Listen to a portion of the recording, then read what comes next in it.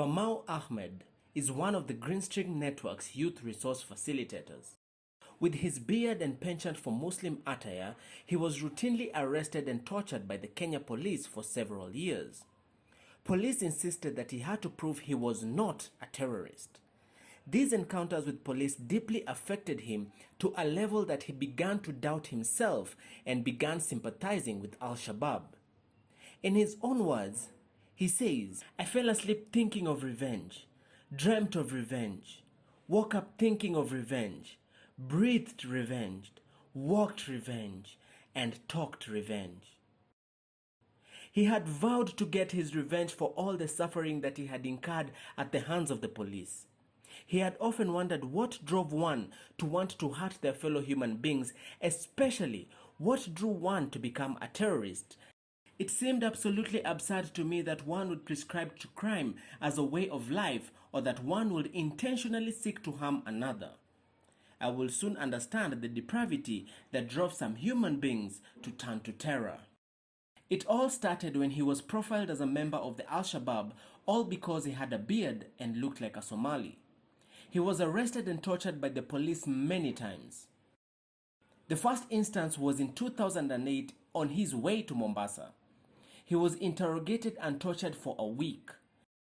He was only released after his family presented various documents, including all his school certificates, his national ID, and his passport.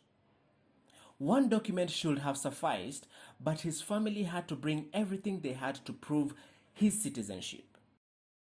This incident was the beginning of enmity between the police and him.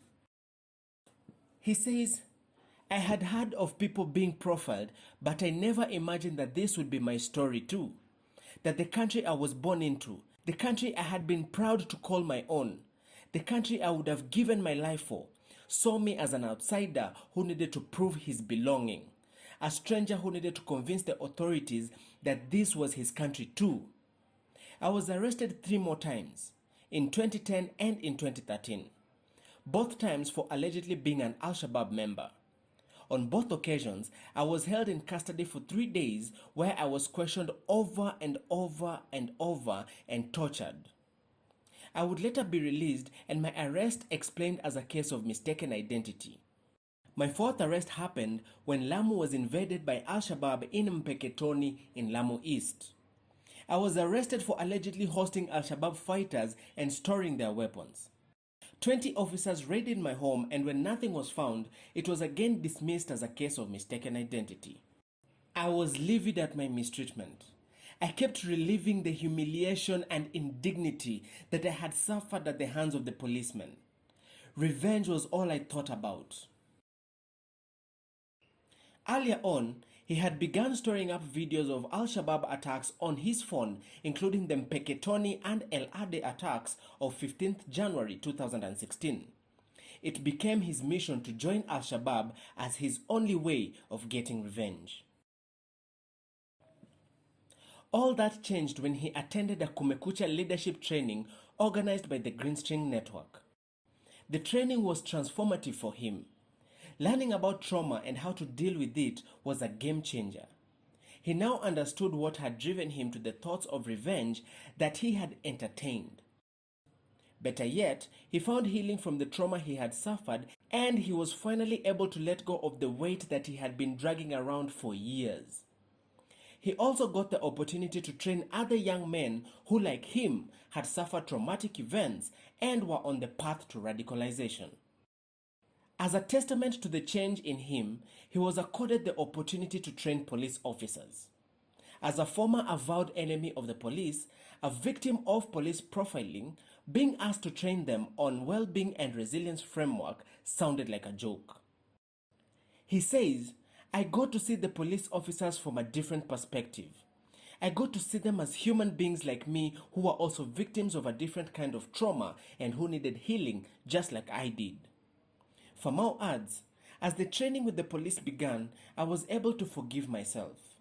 As I listened to the stories and experiences of the police officers, my anger and pain turned into positive energy. Instead of fantasies of revenge, I began dreaming of rebuilding relationships with the police." He no longer hates police officers. In fact, He now has positive relationships with them, working as a respected community leader, urging many youths not to join Al-Shabaab.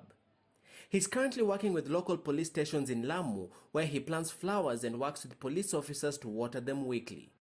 He has made so many friends with members of the police service, who he now frequently invites to his Lamu home, all thanks to Kumekucha, the trauma-informed community healing program. He hopes that his son will relate differently with police when he grows up. He will see them as humans first, friends instead of enemies who are out to get him. Famau is a spiritual man and espouses strong Islamic faith values.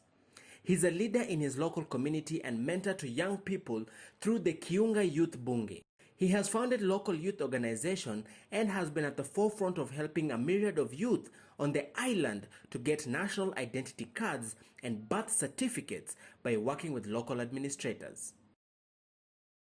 In 2018, he led a community leaders session with Majengo community in Pumwani, Nairobi, an area plagued by gang violence and violent extremism. He helped majority community youth leaders find pathways to healing through Kumekucha sessions there. It was here in Majengo that he helped lead one young man who was involved in violent crime to a life of freedom. The young man had just been released from prison for having been involved in violent crime. By sheer luck, he attended a Kumekucha session and listened to Famau's story. This led him to share his own experiences of leading criminal gang members and eventually getting enslaved in the life of criminality. Today, the young man is free and went through the Kumekucha training, thereby becoming a mentor and trainer of fellow youth, including having an opportunity to train with police officers. In 2019, Famau was invited to travel to Paris in France together with members of the National Police Service to attend the Paris Peace Forum. At the forum, he shared his story to the amazement and transformation of many. In 2018, he received the Presidential Award for his passionate work of helping young people not join violent extremism and gang membership in Lamu by working with various communities, government agencies, and religious leaders in Lamu. To date, he continues to work on community police relations. He concludes by saying, "I am no longer a victim. I am a resource for peace."